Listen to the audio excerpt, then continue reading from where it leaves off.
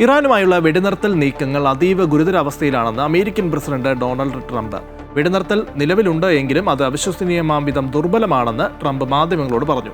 ഇറാന്റെ താൽപര്യങ്ങൾ സുരക്ഷിതമാക്കാൻ ആവശ്യമായ നടപടികൾ കൈക്കൊള്ളുമെന്ന് ഇറാൻ ട്രംപിന് മറുപടി നൽകി. അമേരിക്ക മുന്നോട്ട് വെച്ച സമാധാന നിർദ്ദേശങ്ങളോടുള്ള ഇറാന്റെ പ്രതികരണം വിഡ്ഢിത്തമെന്നാണ് ട്രംപ് വിശേഷിപ്പിച്ചത്. യുദ്ധം അവസാനിപ്പിക്കാനും ഹോർമൂസ് കടലിടുക്ക് വീണ്ടും തുറക്കാനുമുള്ള തങ്ങളുടെ ആവശ്യങ്ങൾ കഴിഞ്ഞ ദിവസം ഇറാൻ അവതരിപ്പിച്ചിരുന്നു. അതിനെ തള്ളിക്കൊണ്ടാണ് ട്രംപിന്റെ പ്രതികരണം. ഇറാന്റെ ആവശ്യങ്ങൾ ട്രംപ് തള്ളിയതോടെ 10 ആഴ്ചക്കാലമായി തുടരുന്ന പശ്ചിമേഷ്യൻ സംഘർഷം നീണ്ടുപോകുമെന്നും ഹോർമൂസ് കടലിടുക്കിലൂടെയുള്ള കപ്പൽ ഗതാഗതത്തെ ഇത് കാര്യമായി ബാധിക്കുമെന്നുമുള്ള ആശങ്ക ശക്തമായിരിക്കുകയാണ്. അതേസമയം ഇറാന്റെ താൽപര്യങ്ങൾ സുരക്ഷിതമാക്കാൻ ആവശ്യമായ ഏത് വിധത്തിലുള്ള പ്രവർത്തനവുമായി മുന്നോട്ടു പോകുമെന്ന് ഇറാൻ വിദേശകാര്യ മന്ത്രാലയ വക്താവ് ഇസ്മായിൽ ബഖായി പറഞ്ഞു. ടെഹ്റാന്റെ നിർദ്ദേശങ്ങൾ ഉത്തരവാദിത്വപരവും ഉദാരപരവുമാണെന്നാണ് ബഖായിയുടെ വിശദീകരണം.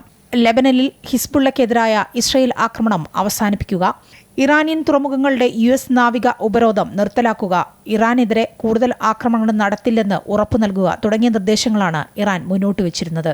യുദ്ധനഷ്ടത്തിന് നഷ്ടപരിഹാരം നൽകണമെന്ന ആവശ്യവും ഹോർമൂസ് കടലിടുക്കിനുമേലുള്ള ഇറാനിയൻ പരമാധികാരത്തിന് ഊന്നൽ നൽകണമെന്ന ആവശ്യവും ഇതിൽ ഉൾപ്പെടുന്നുവെന്നാണ് റിപ്പോർട്ട്.